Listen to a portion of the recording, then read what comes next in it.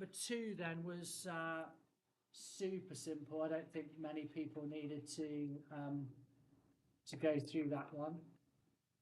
So question number 2 is, yes. Oh, C, sorry.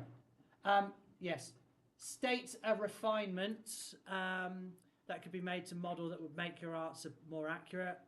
Just include air resistance. So you're not saying more accurate value for G? Nope.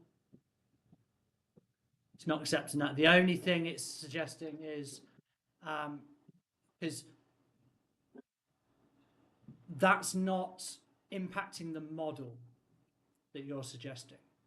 The model is a certain model that takes into account the gravity and the speed and stuff, but it doesn't include a air resistance component. Whereas all you're saying is, well, let's be more accurate with our numbers to put in the same model. So it's actually asking you for a refinement to the model itself. What can we add or change to the model? So adding something to do with air resistance. Now, we don't do that in this course, but we do appreciate that that's been left out. So you could just argue, add air resistance in. However you would do it, that's what we would do. That makes sense for everyone else? I think lots of people did write that, but that's it. Question 2 then. Most people were good. 3 forces. We've got 7 minus 6 newtons. We've got 2 over 5 newtons and a force, whichever newtons, act on a particle. The particle is in equilibrium, which means it doesn't move, which means that 7 plus 2 plus, we'll say x, should equal 0, right? And also minus 6 plus 5 plus y should equal 0 because it's in equilibrium, therefore there's no movement happening in either of the 2 directions. So that means this has to be -9 and this has to be 1. So F will be -9.1 newtons. Yeah.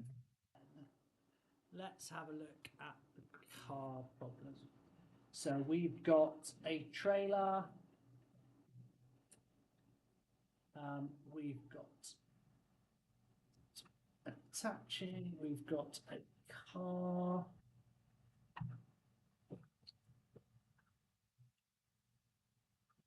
Okay. All right, so we are told that this is 400 kilograms. This is 1200 kilograms. Is towing a trailer, a car of mass, along a straight horizontal road. Tow rope. The rope is horizontal and parallel, so there's no resolving of forces needed. The resistance to motion of the car is modelled as a constant force of magnitude 2r newtons. Okay, so the resistance, got 2r. The resistance to the motion of the trailer is modelled as a force of r, so we've got r newtons. All right. It says the driving force of the engine of the car is 7,400 newtons and the tension in the tow rope is 2,400. So which direction? So we've got tension compared to that one, which is 2,400 newtons. Okay. That way or that way. So we've got 2 components to this then. We've got, well, what have we got to do first? Find the value of A. So that's the acceleration. Yeah? F equals ma. All right. But we've got to set that up with the forces, haven't we? So what's the ma bit? separate it. So we've got the car. 7,400 equals, Well, we've got 7,400 minus 2,400. 2 R's, so it's going in the other direction, and minus the 2,400, which is the tension going in that direction. Okay? That should equal 1,200 times A. Would it not be 3R? Might there be 3R for your trailer? No, we're talking about just the car at the moment. The resistance to the car is more than the resistance to the trailer anyway, so but we're gonna so we've just got that sort of little section directly for the car, but we've got the trailer as well. So what's the formula for trailer? So we've got 2,400 minus R equals 400A. Yeah?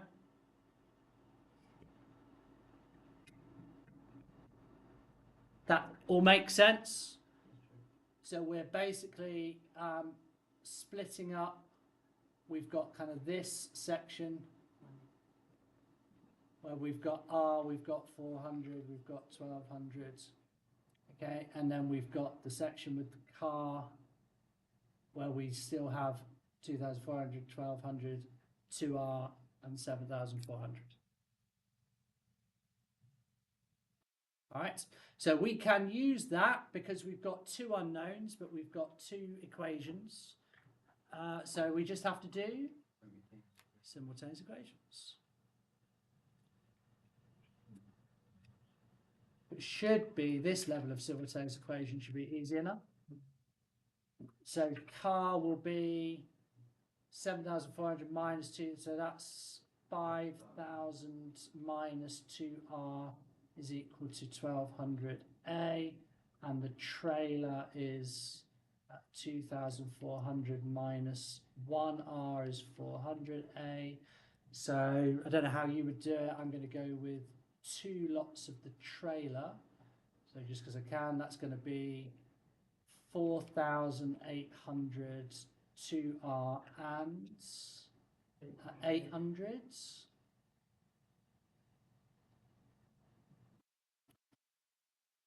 Cancel, so C minus 2T, well that's 200 equals 400A, which means A is a half. Why do you multiply by 2 for riddle? That was the way to simultaneous. Yeah, because I'm using an elimination method. I want to eliminate the R out of it. Or using the polynomial division method. Like Oh. as in, if it's minus 2R and if it's plus 2R, Well, I'm just trying to eliminate the impact of one of the variables. So by multiplying this one by 2, I'm now making the statement that the acceleration has gone up by 400. So I've got plus 400A. Yeah. And the thing that changed it was the 200 that got added onto that. Because I've got the R variable the same, there's no change in that, plus 0. Therefore, I know the change in the answer came by changing this number. So that's kind of the idea behind the elimination method. You eliminate one variable. I mean, you must have done these before, like 2x plus 3y is 7, and then you've got x plus 3y equals 5 or something, and you just subtract because you've got the 3y, and therefore x must equal 2, and yeah, I've done exactly the same thing there. All right. Any questions on that? Was that all right? It then says, in a refined model as having mass, the rope is modeled as having mass, and the acceleration of the car is found to be 1 meters per second squared. State how the value of A1 compares with the value of A. So it says for 1 mark, because there is only 1 mark for this, you must say the value of A1 would be less than the value of A, so you could allow slower. And, well, that's it really. Don't even have to give a reason for this one. Yeah. What is A1? A1 is the new acceleration. We don't have to know what it is. We don't have to work it out. It just says either equation could be replaced by an equation of motion for the whole system, if you want. So 7,400 minus 3r equals 1,600a, if you want. But basically, if you're saying, well, I understand that if you, what are they adding in? Adding in mass of the rope. If you add mass, what's that going to do given everything else is the same? Slow the acceleration down.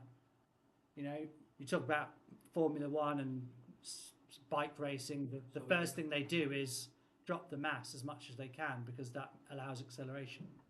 So we can go from here. Stuff from down. No, remember the question is what happens to A? So A is lower. Yeah, is a lower value of A, right? You can say A is slower, it will allow that, but it's technically we're saying the question is very specific. State how the value of A compares. A1 is lower than A, yeah? All right, state one, this one caught almost everyone. I think only one person got part C. State one limitation of the model used for the resistance to the motion of the car. Now, a lot of people went, air resistance again, okay? Which is not the answer. You need to read the question, read the model again, and it says, the resistance to motion of the car is modelled as a constant force of magnitude 2r newtons. The resistance to motion of the trailer is modelled as a constant force of magnitude r newton. Okay, the rope is modelled, the acceleration is modelled, but it says state one limitation of the model used for the resistance. So the only statement is the resistance is modelled as a constant. And what's reality? It's not constant. Okay? I'm sure you understand that when an object is at rest, you have to break that frictional force and then it becomes much easier, yeah? If you're pulling, I don't know whether you've done it in the gym or anything like, if you're pulling one of those weights, like sled or something like that, to get it moving is hard, but once you've got it going, right? And there's lots of things like road surface, not like resistance is not going to be a constant value.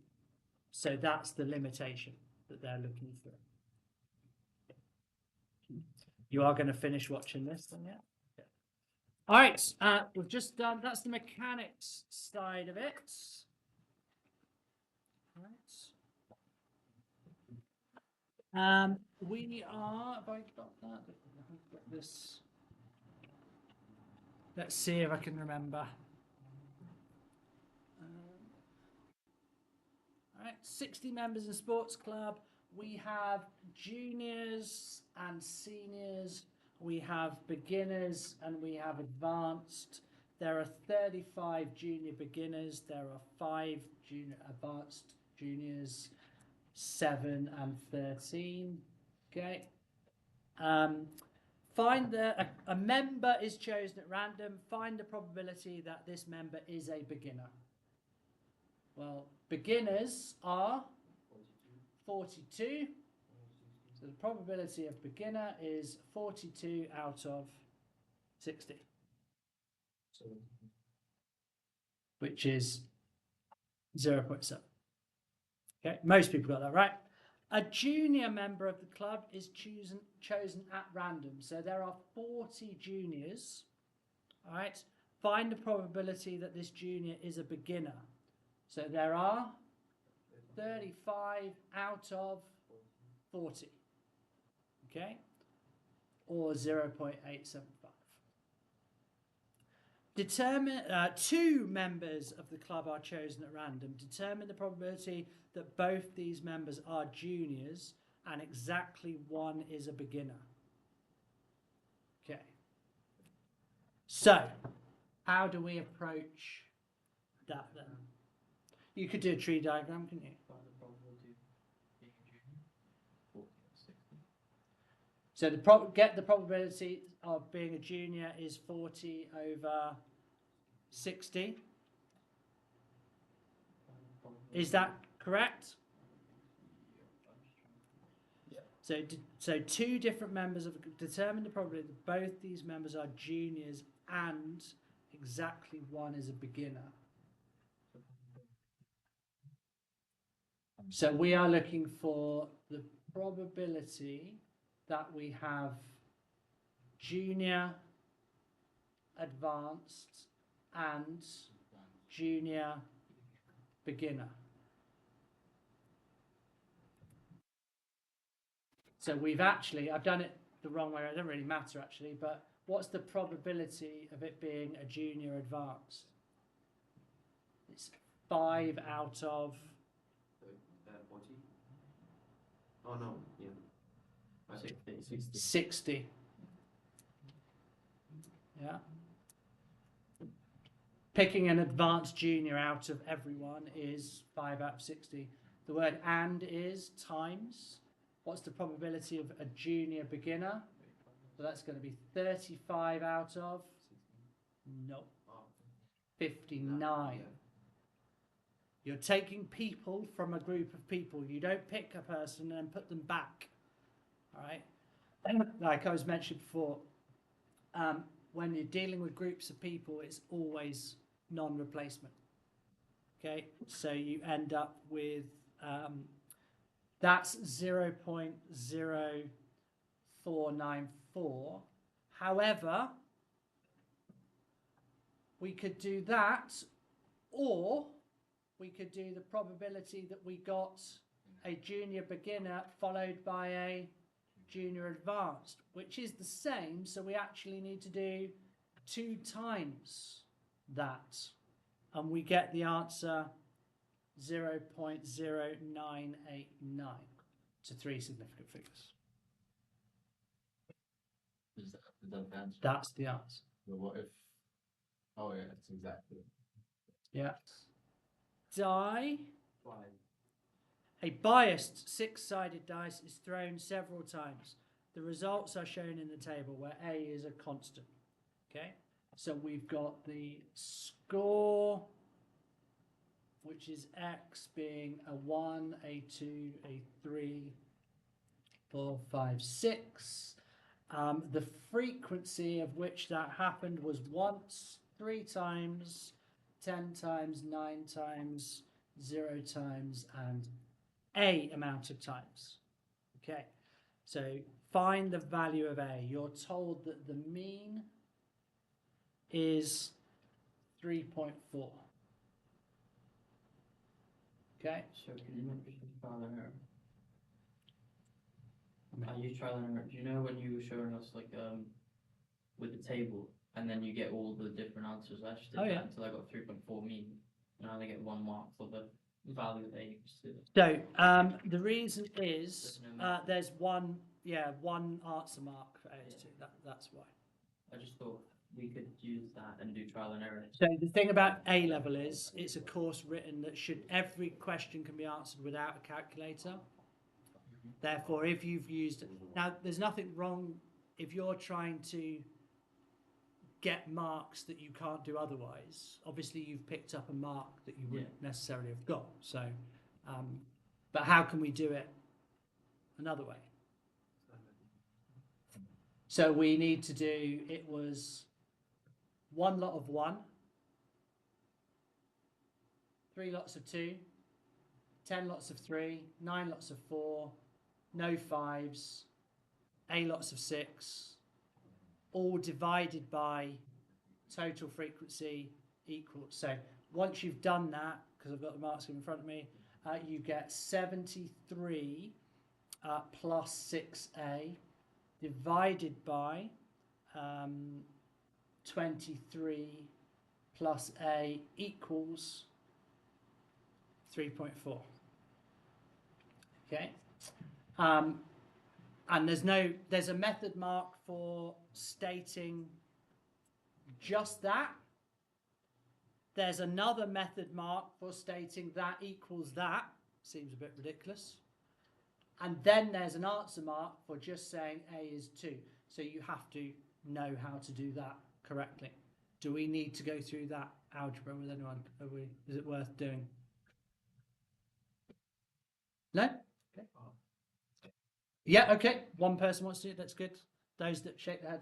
So I would multiply through. So 73 plus 6A is 3.4 times 23 plus A. Okay.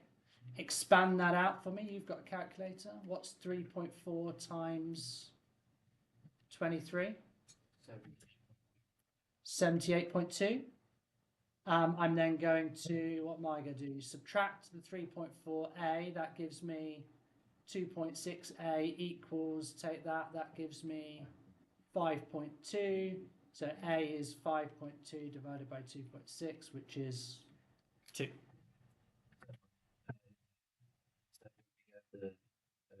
Yeah, it seems ridiculous that there's one mark for that.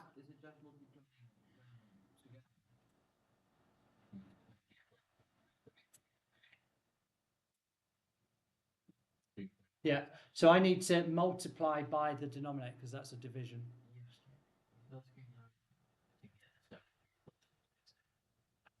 Oh, okay. Yeah, that's just 1 times 1 is 1, 2 times 3 is 6, 30, 36, 0, and 6a. If I add those together, I get 73 plus 6a. If I add the frequencies together, yeah, I get 23 plus an a. All right. We've only got 5 minutes. Okie doke. Determine the standard deviation of the scores. You should use one of the formulae given on page 2. So, which formula would you use on page?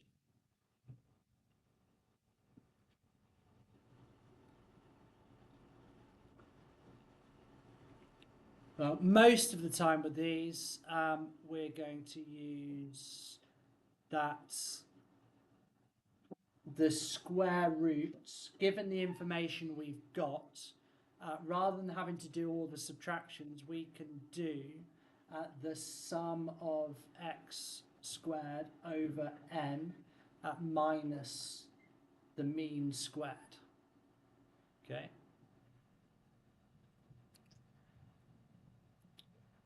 So what that means is that you just need to square all the numbers, right? 1 squared, 2 squared, 3, 4, right? Square them, add them together, divide by the number of numbers you've got, n, and then subtract 3.4 squared, because that's what we were given in the question. So you'll end up with, I think, this will end up being 12.76 minus 3.4 squared, which is 1.2, and then you need to square root that. So this bit is the 12.76. And you get an answer of 1.10, rounded to 3 significant figures. Which is just a standard rounding, by the way, for every exam for maths, unless otherwise stated. If it doesn't give you an accuracy to round to, 3 significant figures. Right, and then... So what's the language? How does it that? Yeah. The letter, what's it called? Is that a little sigma?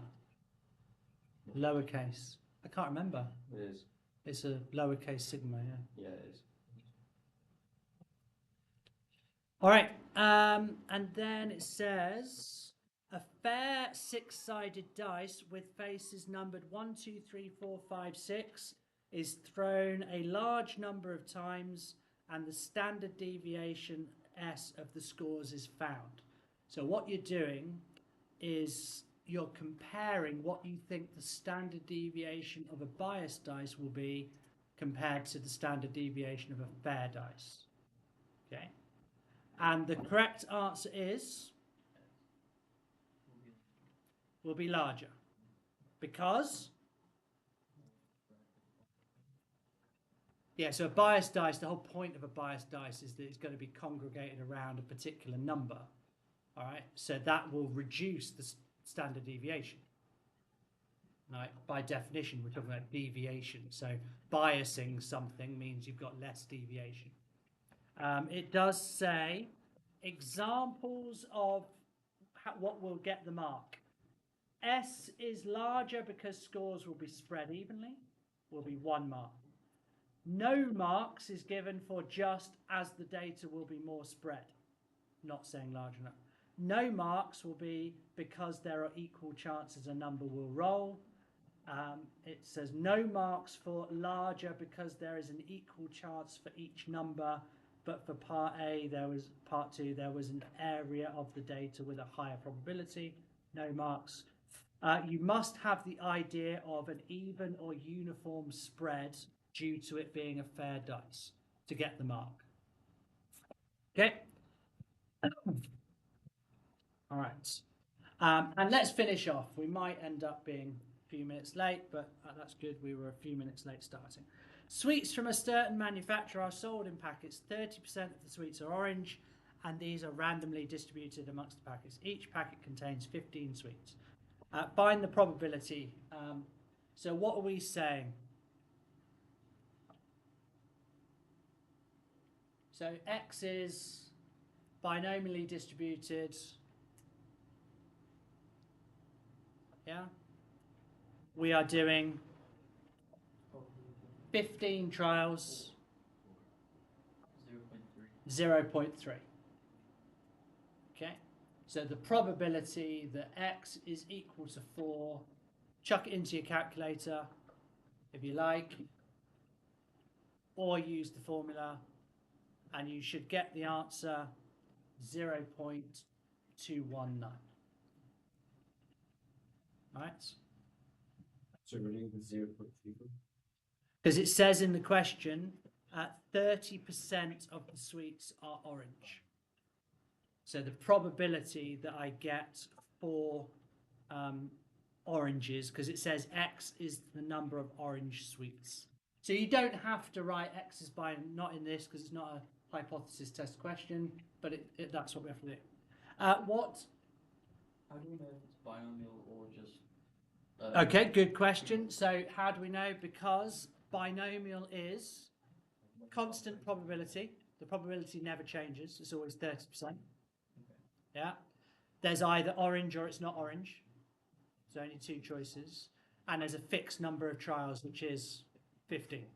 So it ticks all the binomial. And again, also, so if, for example, the sweets won't be put back, would that be cumulative? Well, it says that it's not the cumulative thing. The reason is we probably, in this factory situation, we've got, I know it's 15, but we've got so many packets of sweets coming through a factory. Even if I take 1 sweet out, it's not going to impact the 30%. So although technically taking a sweet out and not returning it would reduce the probability, but not significantly enough. It's like 1 out of 5,000 million or whatever. If I take 1 out, it's still going to be 30%. Yeah? So that is like, I've seen questions like batteries and things in factories. Yes? So when you say put it into the calculator, do we use the equation 1 minus p? Well, you don't need to on your calculator. How do we put it into our calculator, guys? Do you want to tell me? Statistics. One variable. Distribution. Binomial. Binomial. So that's cumulative. This is CD is the one Yeah, larger or yeah. So this is just a single value. We've got a variable. It's not a list. X is 4. 15, Number of trials is 15. 15. The probability is 0.3. So, And then we execute and we get 0.219. Yeah? All right. What's the probability that x is greater than or equal to 4? Do one minus. No. Or like the probability of getting 5. Yeah, so there's different ways to do it. You can do the probability of, so 1 minus the probability that x is less than or equal to 3. Sure. Yeah. for just 3, you have to do. You find So three. just do one. So you can do it because that's the quicker way of doing it, because obviously going up to 15, it would be 4, 5, 6, 7, 8, 9, and so on. But can we do that on our calculator anyway? So this time, if we did distribution binomial BCD, right? The lower, let's see how this works. 0, upper is, actually no, Isn't the lower the 4? low is 4 and the upper is 15. Number of trials, okay, calculate. And we get 0.703 straight away, which is the correct answer. So we don't actually have to, because your calculators are fancier than were when the questions were written, you can do that straight away. Okay. This one catches people out a little bit, which is write down an expression for Px equals R, and it literally is just doing, well, it's going to be 15R, 15 choose R. The probability is 0.7 to the power of 15 minus R times 0.3 to the power of R. Okay? Relate it back to the 15 and the R, because we don't know what the R is. And that's quite often catches people out. And then finally, explain the connection between the binomial expansion, 0.3 plus 0.3 to the power of n, and what we've just been doing. Okay? It says for a specific value of n which should be stated. So in this case, with this, we're saying n is 15. Okay? And it says b part I, so we're comparing x equals 4. So we've got n is 15, and this would be a term in the expansion.